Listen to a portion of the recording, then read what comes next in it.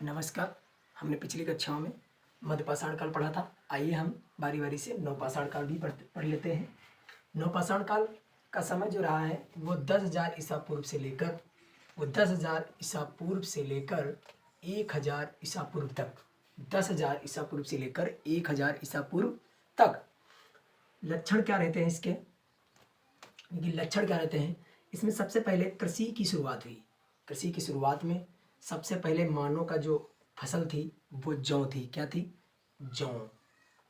इसको यौ भी कहते थे। क्या कहते थे? यौ। क्या कहते थे? यौ। चावल उसके बाद उगाया मानव ने, फिर मक्का उगाया। मानव का जो जीवन था वो लक्षण के अनुसार स्थायी जीवन की शुरुआत हो गई, यानी कि मानव ने स्थायी जीवन शुरू कर दिया। वो जहाँ पर रहता था परमानेंट वो रहता रहा, मतलब वहीं पर ही बसने लगा। अब वो मतलब इधर इधर भटकता नहीं था। पहले जो है हमने पूरा पाषाण काल में पढ़ाया था कि मानव जो था वो एक स्थान से दूसरे स्थान तक शिकार करने के लिए जाता रहता था। लेकिन अब धीरे धीरे मानव क्या हुआ, नव पाषाण काल आते आते मानव का जीवन स्थायी होने लगा। और आग की खोज पूरा पाषाण काल में हुई थी, लेकिन उसमें जो है आग के उपयोग की जानकारी नहीं थी। लेकिन इसमें अब धीरे धीरे मानव ने आग का उपयोग करना शुरू कर दिया। क्या कर दिया? आग का उपयोग करना शुरू कर दिया।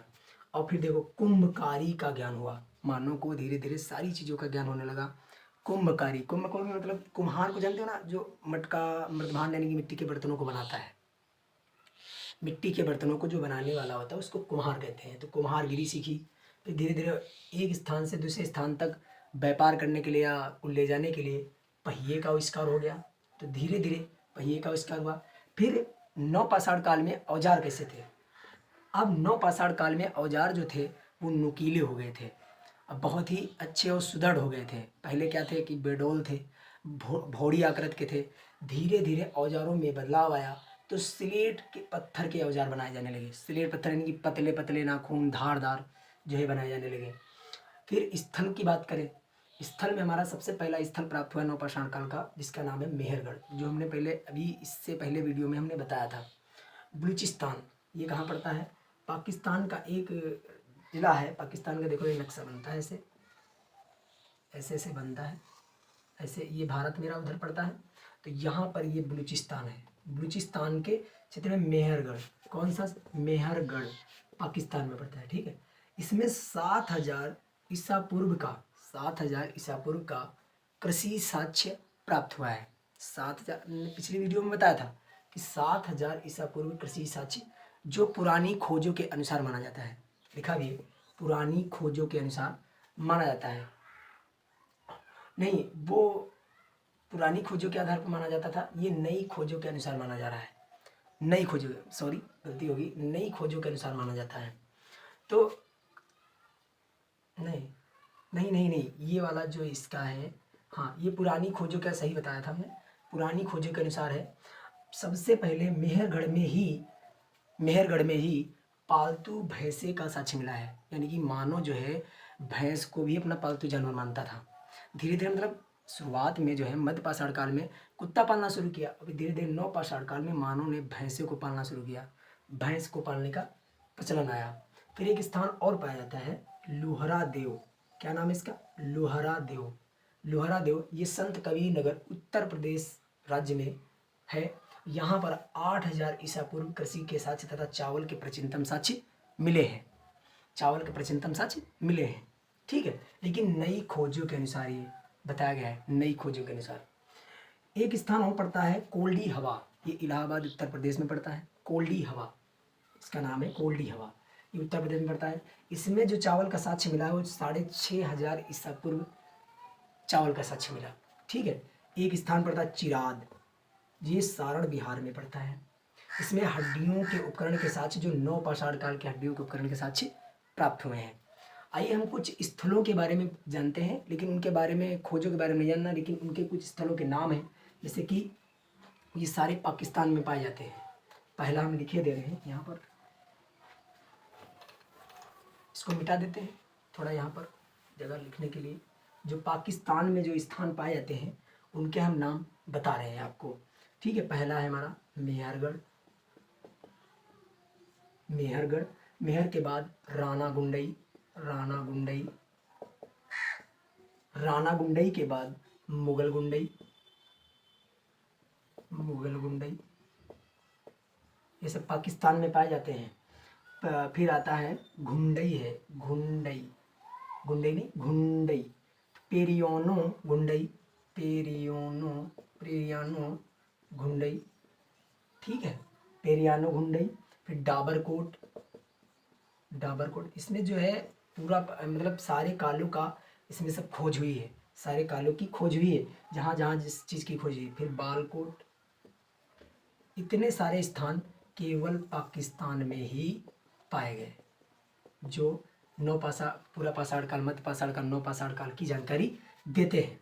ठीक है, ये आपको याद कर लेना है, कई बार पढ़ेंगे। राणा गुंडई, मुगल गुंडई, पेरियानी गुंडई, डाबरकोट, बालकोट, डाबरकोट, बालकोट, मेहरगढ़, रामा गुंडई, मुगल गुंडई, पेरियानो गुंडई, गुंडई, डाबरकोट, बालकोट, ये सारे जो स्थान हैं वो पाकिस्तान में पाए जाते हैं। हमको बारी बारी से याद भी करना है, सारी चीज़ें हम पढ़ेंगे। फिर उसके बाद हम कुछ पढ़ते हैं जम्मू कश्मीर के बारे में। एक स्थान पाया गया जिसका नाम है बुर्ज होम। क्या नाम है? बुर्ज होम। वो भी नौ पाषाण काल का एक साक्ष्य को दर्शाता है। कश्मीर में हम यहाँ पर हेडिंग डाल लेते हैं कश्मीर। कश्मीर में दो स्थान पाए गए, एक था, में से बनाए दे रहे हैं, एक स्थान था बुर्ज होम, एक था गुफक कराल, गुफक कराल। बुर्ज होम में क्या था? मतलब बुर्ज होम जो स्थान था ये जम्मू कश्मीर में था। ठीक है, इसका जो अर्थ होता है, अर्थ यानी कि इसका यह है कि जन्म स्थान, जन्म स्थान। लोग गड्ढों में रहते थे, इसका अर्थ होता है बुर्ज होम का जन्म स्थान। लोग यहाँ पर क्या रहते थे? लोग जो है गड्ढों में रहते थे, क्योंकि वहाँ तो बर्फ ही बर्फ थी ना, वहाँ रहने के लिए कुछ था ही नहीं। बुर्ज होम में लोग गड्ढों में रहते थे, शिकार एवं मछली पालन करते थे। शिकार एवं लोग मछलियों का पालन करते थे, क्योंकि वहाँ बर्फ ही बर्फ थी, तो मछलियों को लोग पालते थे, मछली पालन करते थे। बुर्ज होम में जो रहने वाले लोग थे, नौ पाषाण काल या पूरा पाषाण के लोग थे, वो मछली पालते थे या शिकार करते थे। उनका शिकार करना और मछली पालना काम था। एक कब्र में, और एक कारण, एक कब्र में, कब्र यानी कि कब्रिस्तान में, एक कब्र में कई लोग यानी मालिक के साथ, जो इसका मालिक होता था, मालिक के साथ कुत्ते को भी दफनाने का साक्ष्य मिला है। कुत्ते को भी दफनाने का साक्ष्य मिला है। कहाँ से मिला है? बुर्ज होम से मिला है, बुर्ज होम से। ठीक है, अब यहाँ पर इसका गुफक कराल का अर्थ क्या होता है? गुफक कराल का अर्थ हम लिखे दे रहे हैं, कुम्हार की गुफा। क्या कहते हैं इसको? कुम्हार की गुफा। जो कंटेंट हम तुमको बता रहे हैं वो कहीं मिलेगा नहीं, ध्यान से पढ़िएगा। ठीक है, इसका अर्थ होता है, इसमें कृषि भी होती है। कुम्हार क्या करता था? कृषि करता था और पशुपालन करता था, पशुपालन। ठीक है, एक बात और हम बता दे रहे हैं नौ पाषाण काल के बारे में।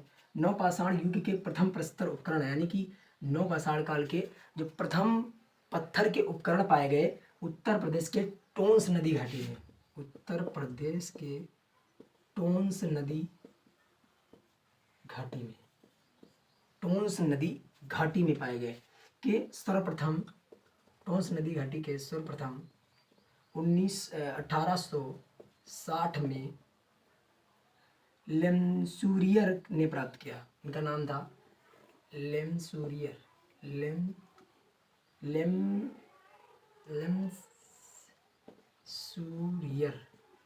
इनका नाम था। इन्होंने सबसे पहले खुदाई की 1860 में। यहाँ पर टोंस नदी घाटी में ही नौ पाषाण युग के बारे में इन्होंने पूरी जानकारी दी है।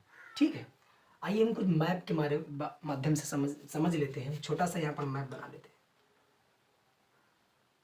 भारत का मैप।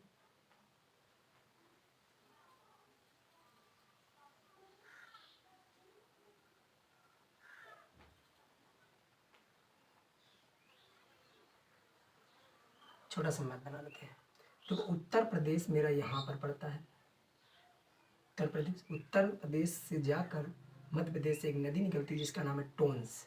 वहीं टोन्स नदी घाटी, देखो घाटी क्या होता है कि जैसे कि ये कोई नदी बह रही है और नदी के बीच में कोई पर्वत पड़ जाता है, पर्वत पड़ जाता है तो उसको काट दिया जाता है, तो घाटी ऐसे बनकर ऐसे जो है दो पर्वतों के बीच से नदी निकल जाती है और यहाँ पर खेती बाड़ी और लोग रहने लगते हैं।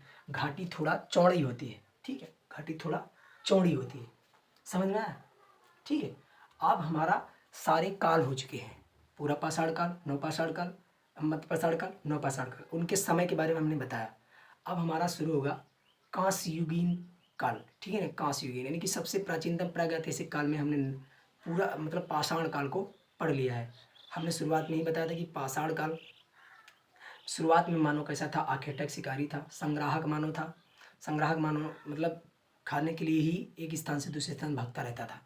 ठीक है, आज के लिए इतना ही इस वीडियो में। मैं नेक्स्ट वीडियो में जो है कांस्य युगीन सभ्यताओं के बारे में पढ़ाऊँगा। ठीक है, नमस्कार।